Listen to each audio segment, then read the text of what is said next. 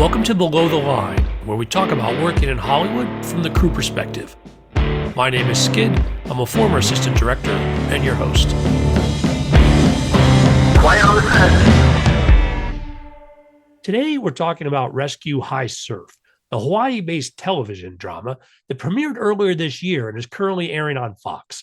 The focus of our lens today is cinematography. You'll see what I did there. Two guests this week. First, Anka Malatynska, who is the director of photography for all 19 episodes of the first season. Anka is also making a repeat appearance here on the podcast. Anka, great to see you again. It's great to be here. Thank you for having me. My pleasure. Additionally, I'm excited to welcome Don King, the co-cinematographer for all of the water work across the season. Don, welcome to Below the Line. Thank you, Skid. Good to be here. This is going to be a fun episode, but first, a warning for listeners.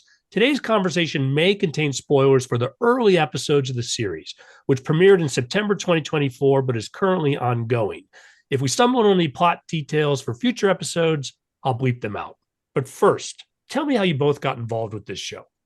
So, I was aware that John was doing Kanui Road on the North Shore. I think it was around the time that I started working on NCIS Hawaii with that group of people. It sounded like a really interesting show. And then I tracked it for a couple of years with my agent, kind of keeping our ear to the ground, whether John and Matt were going to get the show greenlit and come back to Hawaii. The pilot that they shot was not picked up by HBO. It was going to be a young adult series, but Fox asked them to rewrite the material as a rescue show. And Anka, you're talking about John Wells, one of the producers, and who was the other name you mentioned?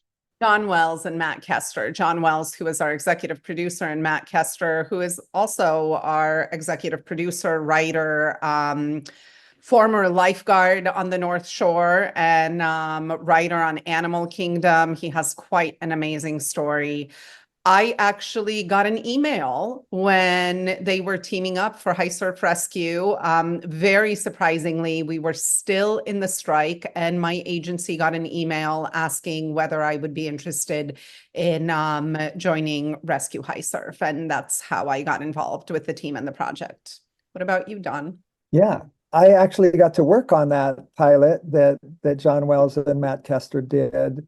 And it was more focused on the younger lifeguards, the junior lifeguard program, which I think Matt might have done. I think his kids have done it. So like Anka said, Matt really knows the North Shore. He knows the lifeguarding world. He's lived on Oahu most of his life, I think.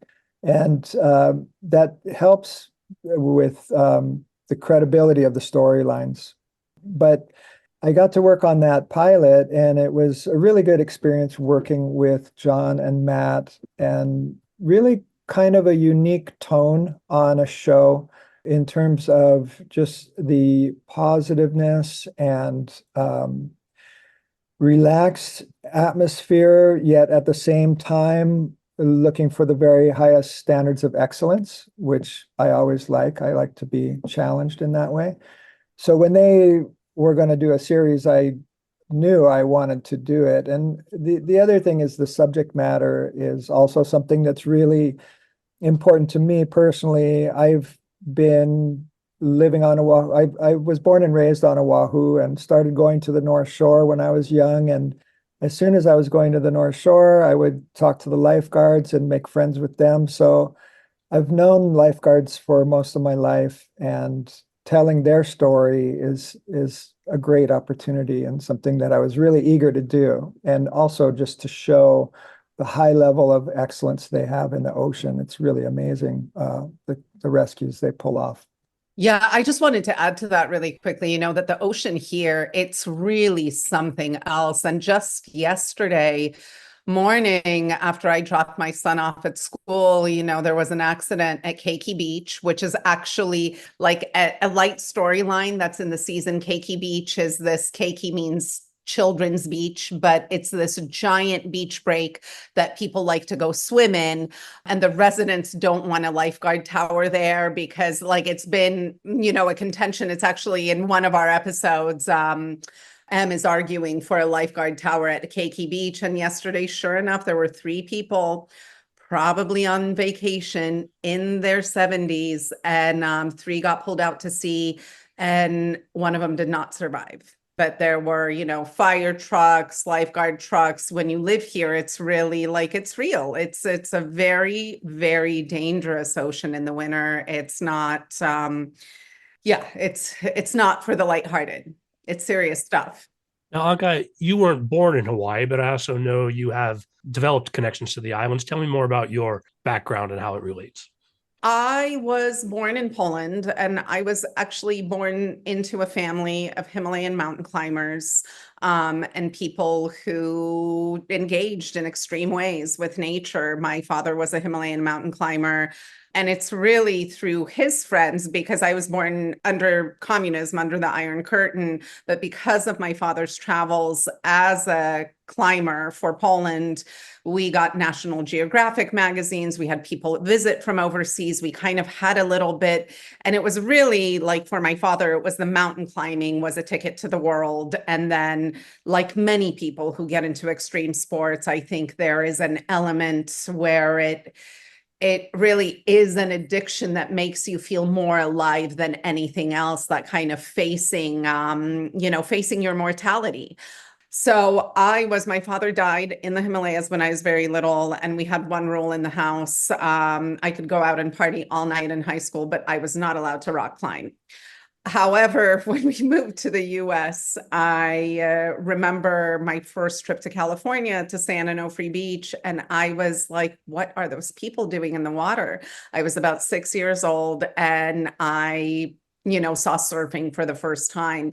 And then, for the next decade and a half, I was like, I am going to do that. I don't know how or where, because we lived in Arizona, but I'm going to do that. And eventually, when I was 17, I was living in South America, in Chile, in a tiny little town. And I started learning how to surf there in very big cold water waves, where I kind of went through a period at 17 where I had no sense of danger whatsoever. That's changed off and on throughout my life. But, I got kicked out of the water by my friends several times because it was too big for them and definitely too big for me. And I was like, but I'm fine. I know how to eat it really well. That's mostly what I did when I started surfing for a month. And I think, John, I know you body surf. So like my first forays into surfing was just learning how to eat it and be really relaxed in the water.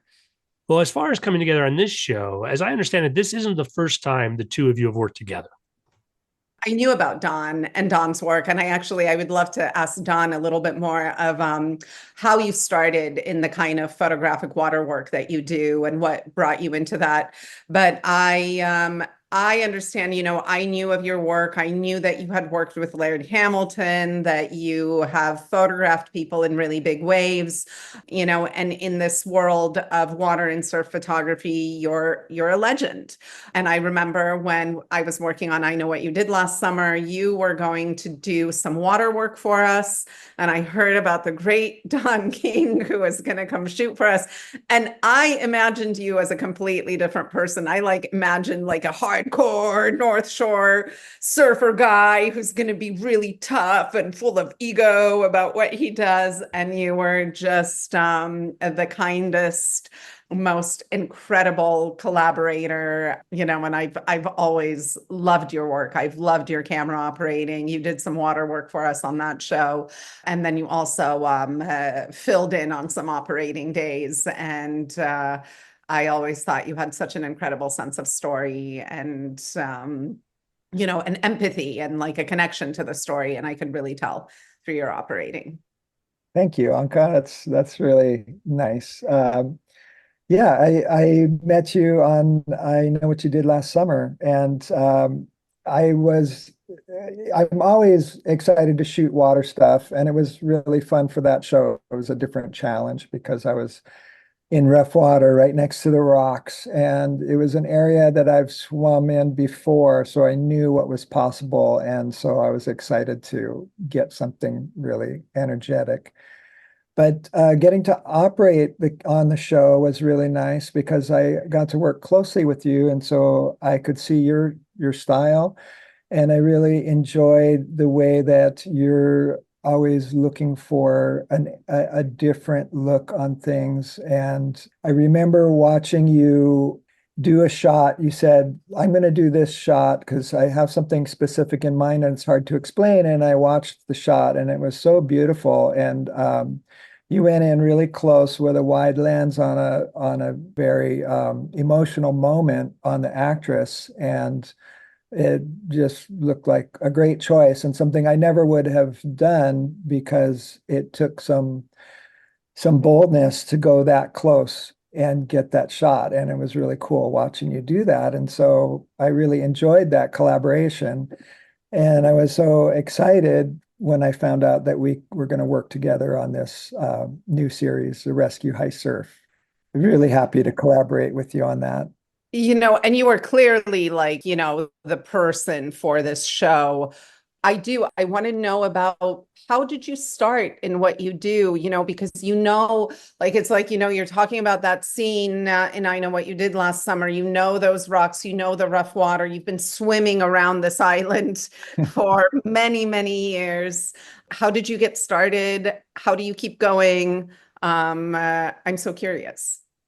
Yeah, I enjoy telling my story, and I feel so lucky and so fortunate. But I basically, a friend of mine had a waterproof camera. When I was 14, we swam out in the waves and took turns taking pictures. And it was so much fun. I decided I want to do this more. And I got my own waterproof camera, used Nikonos camera, and started swimming in the waves and taking pictures. And all I wanted to take pictures of at that time was surfing and waves. And that was my passion. And I really got passionate about it and really driven. And when you're young like that, you can get super focused on something. And I was already really strong in the water. I was body surfing and I was on the swim team and later water polo team. So those things all really helped strengthen my skills in the water. So I felt very confident in big waves. And it was a matter of developing my photography and developing my eye. And I just feel fortunate that I could do that at a time when I didn't have to make money with it. I was still a student. So, like I said, I was really driven to improve my work. And when I was 16, I got my first pictures published in Surfing Magazine. And that was such a thrill. And it was so much fun because I was working with my friends who were surfers also in high school and shooting them and getting them in the magazine. So, it was a huge payoff for me emotionally, both the satisfaction for myself and also the reward of seeing my friends get the recognition that they deserved. And so I really lit the fire and eventually I transitioned into filming. And at the time I started filming, it was all about surfing. And I was just shooting for surf movies. So it was 16 millimeter film. I got my own camera. I started freelancing. And then that excellence in the world of shooting surfing led me to my first jobs where they needed a specialist to come in and shoot some surfing. And so that's how I was able to get into the industry without being in the union initially, was as a specialist like that. So I feel very lucky that I didn't have to work my way up like most people do. I kind of came in through a side door by having a specialty that was unique. What's some of the biggest surf that you've swam in? And what is that like? And not just swam, but actually worked and photographed it. Yeah, yeah. There's been a bunch of times I've swum in really big, big waves. I swam at Jaws, and that was spectacular. It's actually swimming in big waves, I feel like is not always the best angle, but it's certainly the biggest rush and the most physically challenging because in big surf, the waves are breaking in a huge area. So when the waves are smaller, you know where the reef is, you know where the waves are going to break. You have to move in a radius of maybe 15 yards. When it's big, now you're moving in a radius of 100 yards. When an extra big set comes, you've got to swim as fast as you can, and it's not going to be fast enough to move 100 yards in the time the waves arrive. So that's the challenge in big surf, is being in the right place and actually swimming through the mass of water. When you have a big wave in front of you and you've got to dive through it, now all of a sudden it's way thicker and it's moving way faster and it pushes you towards shore as you're trying to dive through it. So just being in position is the biggest challenge in really big surf. Maybe the one day that stands out in my mind was shooting the Eddie Aikau contest at Waimea Bay in 1991, I believe it was. And that was the year Brock Little got second place, but he really stood out in my mind for the boldness of his rides. And I remember one wave, and I was framed up on a guy paddling for the wave as hard as he could, and he couldn't catch it, and he backed out. And as he was backing out, I heard the crowd on shore roaring. And so I panned over, and Brock Little was taking the drop further back from him. And such a thrill to be out in the water witnessing all of that. That was a very challenging day for me physically, because jet skis had just been advented and they were there for life saving, but there is just one jet ski there for life saving. So he was not giving any photographers any assistance. Now the jet skis will help me get in and out of the water on really big days. But at that point, I was on my own. I ended up shooting 6 rolls of film. So I had to swim in, reload, and swim back out 6 times. And it's really, really hard at Waimea Bay, because when the waves are that big, they're sometimes closing out the bay, but it creates a really strong current. And you've got to cross that current to get to shore, and you've got to cross it at just the right place. And if you take too long, you get swept down by the rocks where the waves are even bigger, and you have to go all the way around to get back in to the shore. So you actually have to sprint to get in, and you have to sprint to get out. And so you have to sprint through a couple 100 yards stretch, and then you've got another few 100 yards that you can swim slower to get to the lineup. It's really physical. And I was totally exhausted at the end. And you're holding a camera the whole time.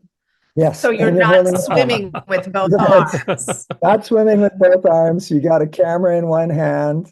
So you rely on your fins, and you're kicking a lot with your fins. But yeah, so my background in water polo really helped me with the physical nature of filming in the water. That sounds incredible. Yeah.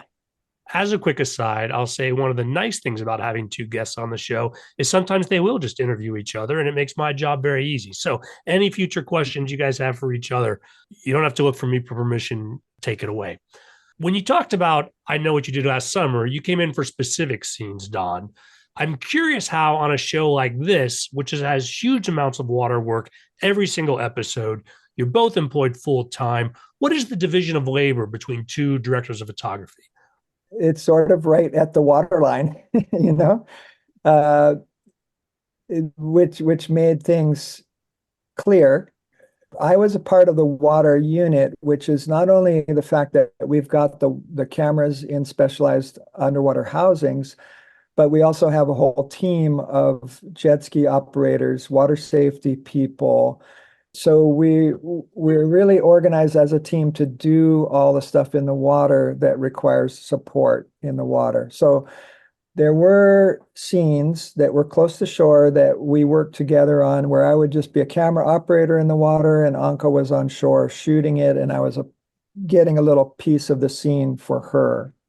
But in general, anything involving more in the ocean, they would give to the water unit. So, on the land unit, we were shooting 5 days a week. Our schedule was anywhere from 6 to close to 10 pages a day. And we are shooting all of the stories in the interior and exterior locations.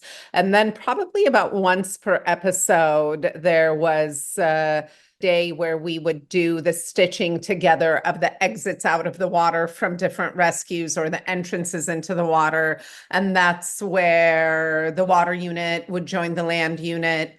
And that's really, those were the times where we became like a multi-camera unit. Then we had 4 cameras. We rarely brought in additional cameras, the way that we had 2 cameras on the land unit, there were 2 cameras on the water unit. And again, we became a 4-camera unit when we got together. And that was more like we would, sometimes we would use 2 land cameras and then give Don an angle from the water, but it really was more about leapfrogging, because oftentimes that camera in the water sees everything on the land, and vice versa. From the land, we want to walk into the water with our actors.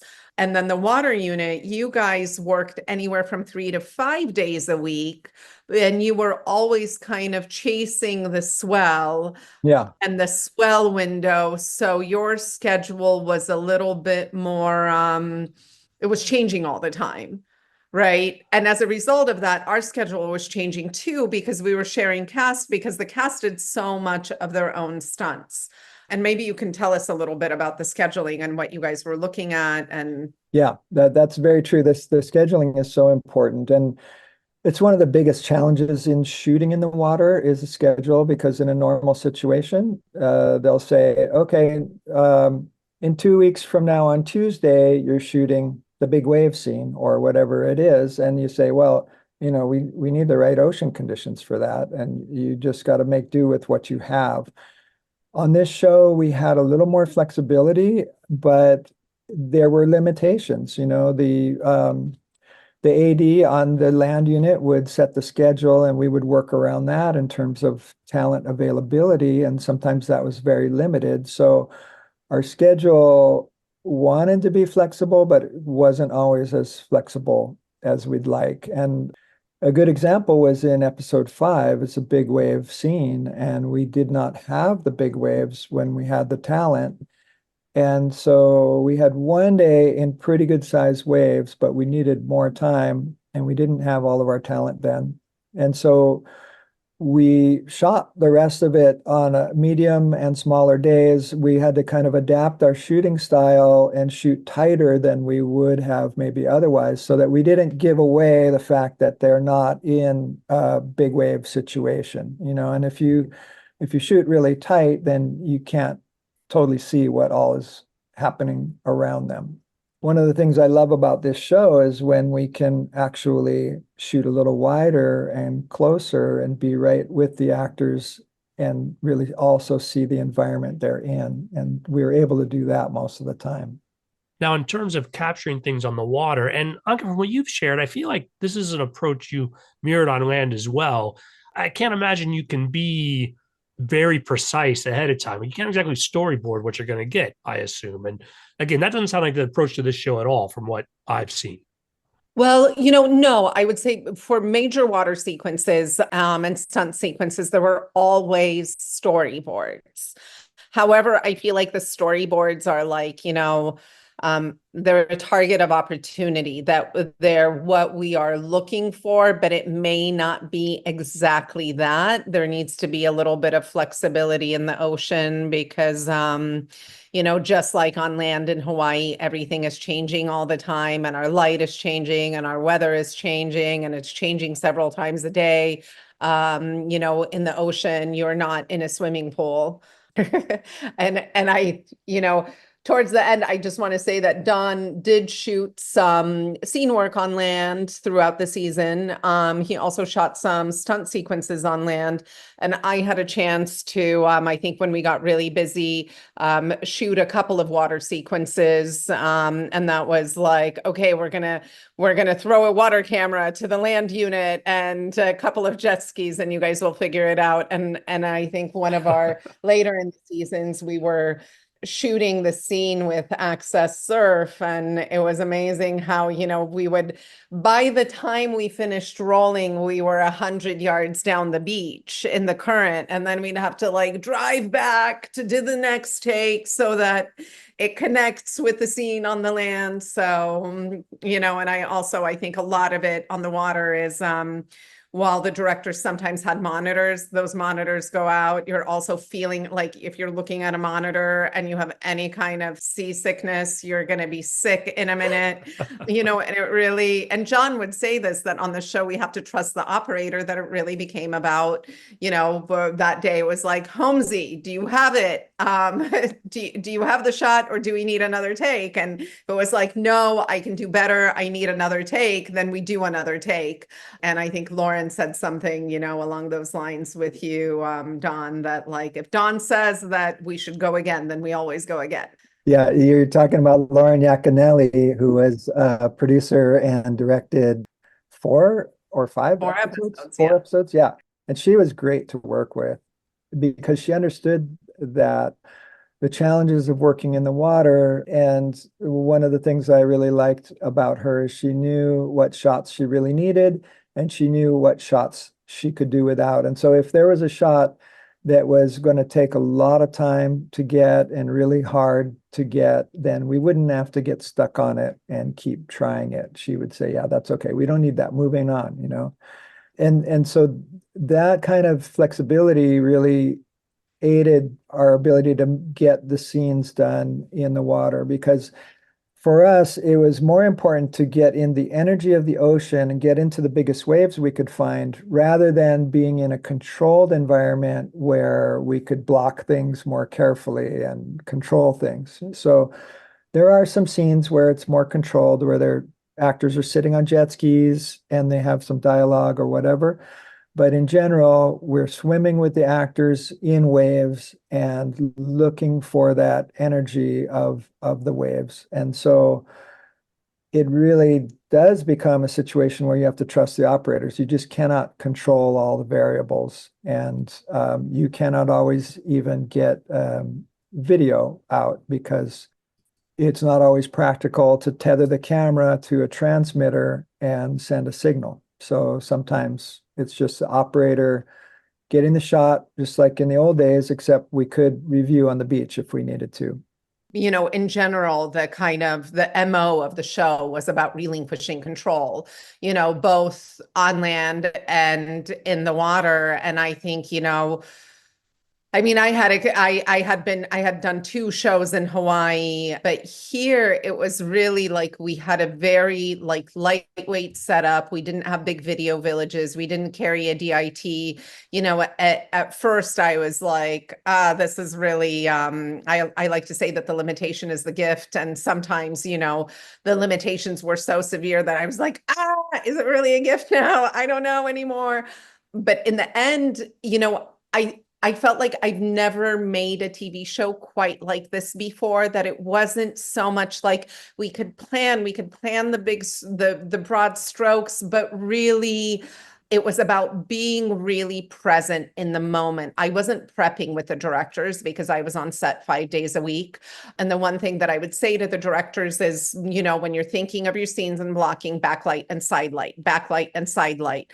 However, a lot of the time I had directors who would say, well, on a scout, can you guys make the company and the trucks mobile? Because I want to decide with Anka when I get here in the morning which direction we're going to look, which was, and I was always on set, with our transpo captain. It was me and the transpo captain, and I would say, Sudi, what is the director thinking? Where are they thinking of looking? And he would say, over here. And I would say, oh, no, let's see. Let's wait for the director to get here, see if we can spin it in another direction.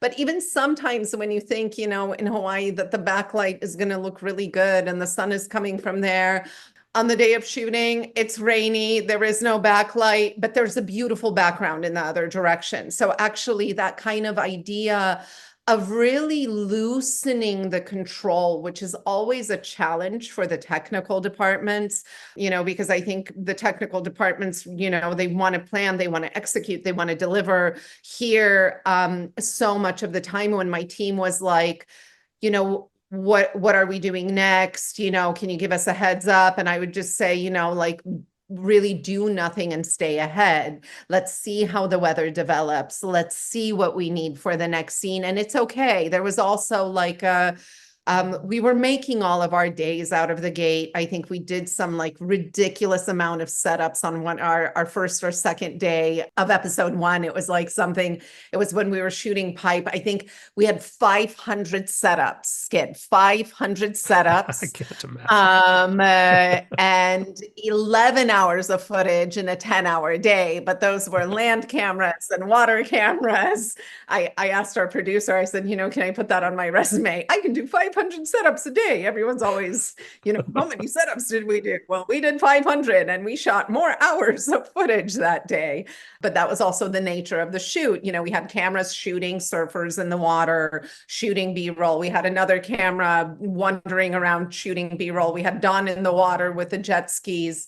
And that way we got to those 500 setups. But, everything's kind of, we would walk in with the director in the morning, block the scene, discuss the scene. It was all, the decisions were really made on the spot rather than a hardcore plan, which it was almost like working in a theater sometimes. Okay, we're going to put this scene on its feet. Let's feel it out. Does it feel right? Oh, what if they walk over there and we can make this connection? So it was a really, really fun process. And again, unlike anything I've done in TV, where there's usually a little bit more pre-planning, we'll have a plan with the director. Here, there was permission to explore on set. Yeah, I think that's the tone that John Wells set for the show because that was his style. He wanted to have that flexibility of working with the actors and blocking things out and being able to see what the environment was going to give him and what was going to work best. And so he liked to be able to be spontaneous. And that's one of the reasons for not having a traditional video village, and everything else was to be more mobile and flexible. And that approach worked really well for us in the water too, because we wanted to be able to react to the ocean and work with what the ocean was going to give us rather than trying to create something that wasn't there, that the ocean wasn't going to give us. It was this approach that I had had in indie films. When you don't have the money to control the environment, you kind of look for the things, you look for the things that already exist in the environment and you capitalize on that environment. You fold the scenes into that environment. I actually remember years ago shooting, I was shooting a week in Vegas for this reality show from Britain. And what they would do was they would shoot scenes inside the bar, the talking and tight close-ups before the venue opened up. And then we would come back when the live venue was going on and we would shoot all the wide shots and they would stitch the scene together. It's kind of, it's a similar kind of approach, not that we were going back and getting wide shots, but we, sometimes if real people ended up in the background, we didn't chase them out of the background, and that small kind of setup really worked for the North Shore because there's one 2-lane road that connects, I don't know how many miles of coastline, but, in order to have a show here and to shoot here, we can't block the streets with trucks because eventually the residents will get tired of us and complain and make sure that we can't get permits for a future season. And then also the mobility of Video Village really helped us on the beaches because we were shooting where, we were shooting in places that became turtle nesting grounds throughout our season. And we also had many visitations from monk seals, they're both protected species. So as soon as a monk seal, and this happened several times, that a monk seal would be curious about what we're doing. And it would come right up on the beach where we were about to set up a scene and start shooting. And then the mandate is that we have to move 100 yards away, or we have to stay at least 50 yards away, but we'd move down the beach. So literally it was, we're constantly working and pivoting around nature. And those small video villages, I'm sold on that now too. I had two tiny monitors, and I could pick up my monitor and walk up to the camera operators and work on the shots while looking at my monitor with the camera operators. And I thought, even if I go back to a bigger video village setup, I'm going to ask for little tiny monitors in the future. So what I think is fascinating about this show is you start with saying we're going to film in Hawaii. And to anyone that's going to sound like, oh, that's going to be a vacation. I'm going to love it. As you guys have both described, there's so many additional challenges, not just with the island weather, but the restrictions, and that the difficulty actually gets very high. And at the same time, both of you are speaking about is with an enthusiasm. The difficulty itself seems to actually be another plus on the show. There's something I imagine almost Hawaii about it. I'm wondering if you guys will kind of speak to that.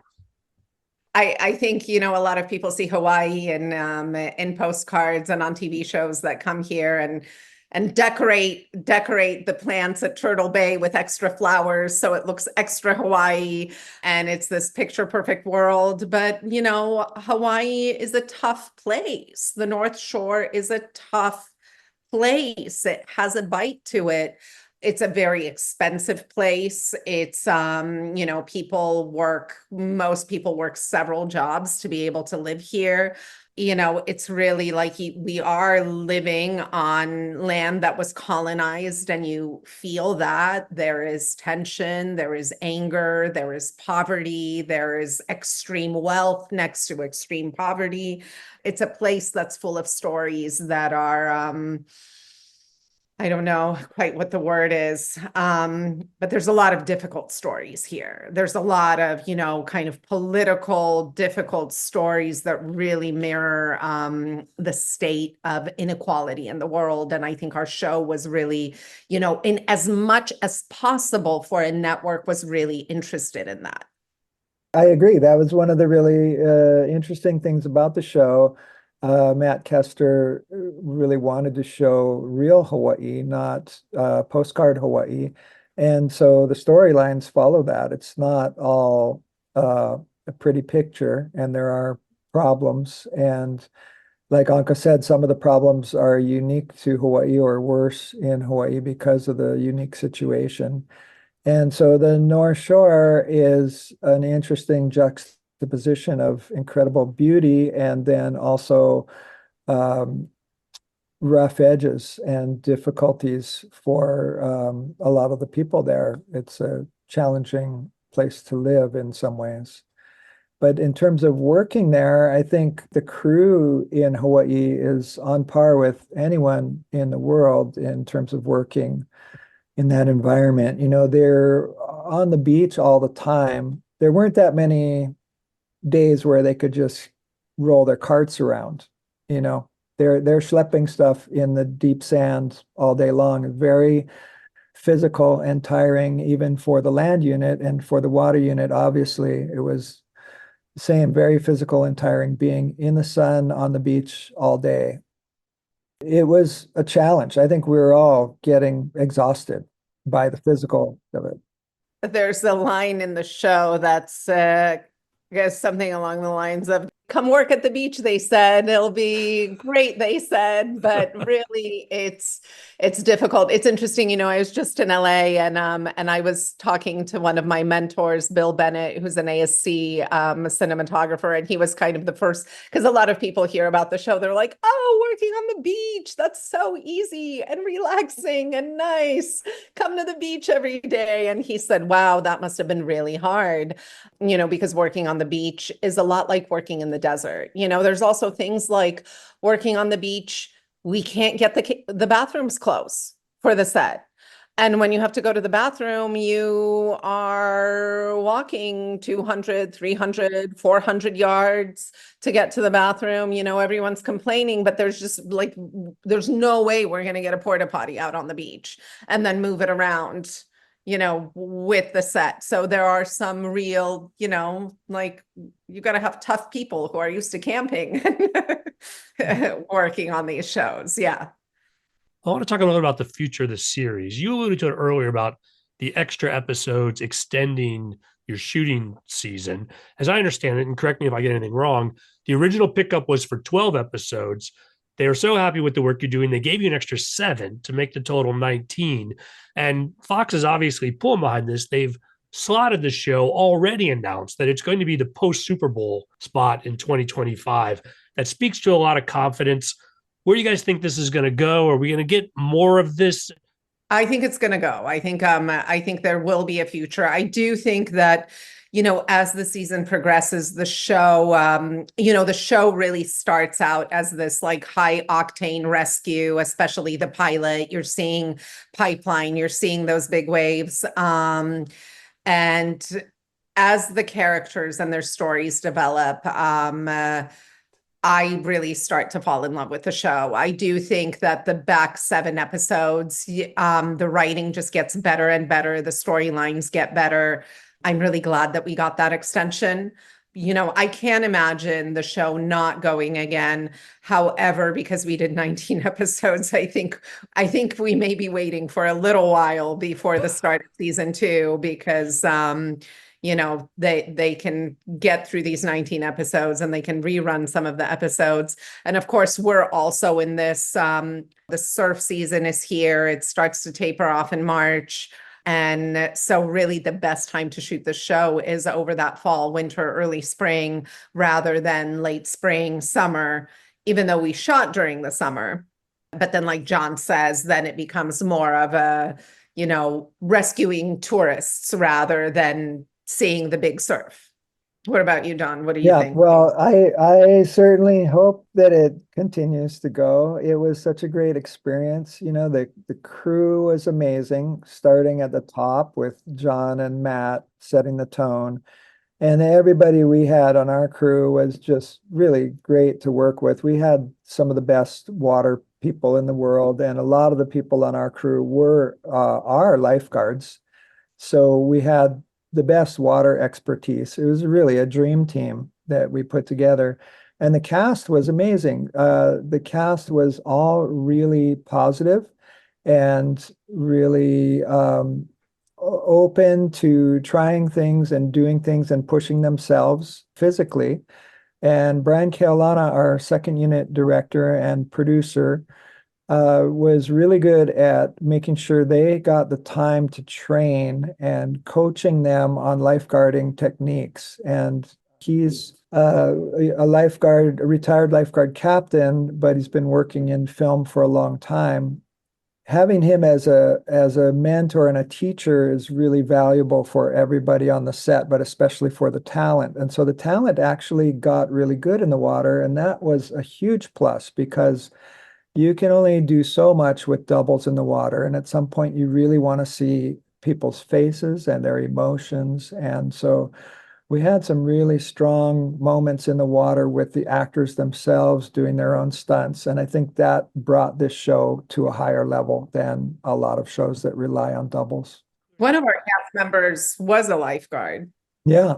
Right? Koa Mm-hmm. was a lifeguard before he became an actor. Yeah, Keikoa, who plays Laka, was a lifeguard. And so he was in his own element. It was great filming him in the water. So, Don, as you made clear earlier, basically the line of the water is where things split between the water unit and the land unit. But talk to me from a technical perspective, how you guys are filming, what equipment you're using in a manner that allows the editors to stitch this all together. One, we ended up shooting the entire show on the Red Raptors. So I know that I want a little bit of like softness, filmic softness, to take the harshness of the light out of the chip to begin with. And then I know that I also want the lenses to give me, the next kind of level of softness so that it is a little bit more cinematic and film-like. So I tested these new lenses from Panavision, the V series. These are large format lenses, and they were a little bit softer than the Primos. They didn't have a color shift, and they just, when we put them on the camera, they made everything look slightly better. And that's like, for me, I'm like, okay, I'm dealing with natural situations. I'm not going to be controlling a lot. So I want, that's what I want. I want that experience that I used to get in film, that like when you shoot on film, things look slightly better than they do in reality. With early digital, I felt like you really had to work to get there. And now when you make the right choices, lenses with the chip and the lens combination, you can kind of get back to that, like looking through the camera and shooting through the camera. Reality has a certain kind of slightly augmented, beautiful look. So there was a soft level of softness. Now, Dawn ended up, we were kind of left to our own devices. We were really trusted as, artists and leaders in our respective units, and it was never like, oh, we all have to use this camera, or we all have to use this lens, and this is Dawn, why are you using different lenses? It was really like, it was an organic process. Dawn all along knew that he was going to use the red Raptors, because go Dawn. Yeah, the red Raptor is ideal for us shooting in the water, mostly because it's small and compact. And so the idea with our water housings, we have custom water housings that are as compact as possible. So we do like to use primes, and there's a nice shooting discipline with primes. And swimming in the water with a prime, if you're working with talent, you can usually get closer or move back if you need to adjust your framing. And the compactness allows you to be able to hold that camera above the water, and then in the same shot, move to an underwater view. Whereas the bigger housings that most people use for shooting in the water are meant for diving and underwater, and they have a lot of mass and a lot of resistance. And so they're much harder to move in the water. And if you get hit by a wave, the wave pushes you in. You can't slip through it in the same way. So having really lightweight, small, agile water housings was a key for us to getting the dynamic shots in the surf zone. So the Raptor was ideal for that. We went with Nisi Athena primes because of their compact size and uniform gearing that was ideal for housings. I think when you're in the ocean, in the water, especially swimming with a camera, you can get away with a lot in terms of matching. You don't have to be using the same equipment to have a reasonable match to what's being shot on shore, because you're in such a different environment that it's not the same anyway. I also, I think, so your lenses were slightly sharper, and, and I think it actually, that sharpness is important underwater. You're actually, and even at the water's edge, you're kind of dealing with a little bit more aerial diffusion in terms of ocean spray. So kind of, thinking back on the series, I thought that, serendipitously, these were all really good choices, because you can't really tell the difference between what we're doing on land, that it's a different lens, and what's happening in the water. Yeah. Well, it's clear that everyone involved has invested a lot in the show, and it's apparent on the screen. I'm wishing you both the best of luck. On that, we're going to call it a wrap. Great having you here. Great being here. Thank you. Thank you, Skid. Listeners, I always appreciate your feedback. You'll find my contact info on our website, belowtheline1word.biz. That's B-I-Z. You'll also find past episodes and links to all our social media. Please check it out. We've still got the season ongoing. Where else can we see your work? You can see all of my work on my website, ankavision.com. You can also go to Hulu and watch Monsterland, or HBO Max and watch Pretty Little Liars Original Sin.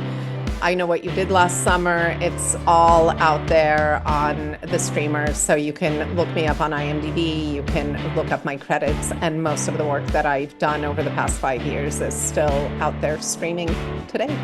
And Anka, you were on the show before to talk about Pretty Little Liars Original Sin, so I'll put a plug in for that. People should go check it out. Don, what about you? What have you been looking for?